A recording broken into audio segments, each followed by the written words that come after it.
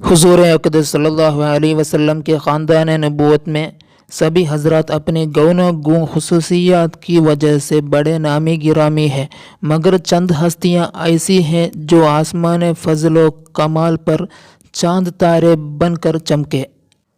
ان باکمالوں میں سے فہر بن مالک بھی ہیں۔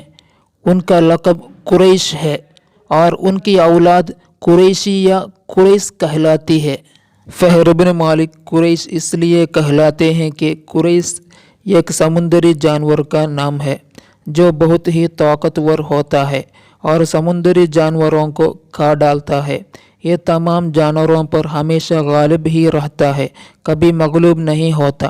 چونکہ فہر بن مالک اپنی شجاعت اور خدا داد طاقت کی بنا پر تمام قبائل عرب پر غالب تھے، اس لیے تمام اہل عرب ان کو قریش کے لقب سے پکارنے لگے۔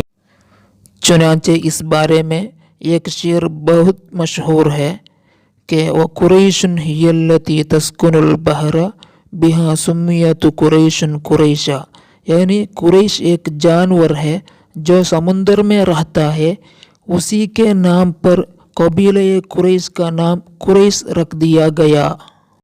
حضور صلی اللہ علیہ وسلم کے ماں باپ دونوں کا سلسلہ نسب فہر بن مالک سے ملتا ہے، اس لیے حضور اکرم صلی اللہ علیہ وسلم ماں باپ دونوں کی طرف سے قریشی ہیں۔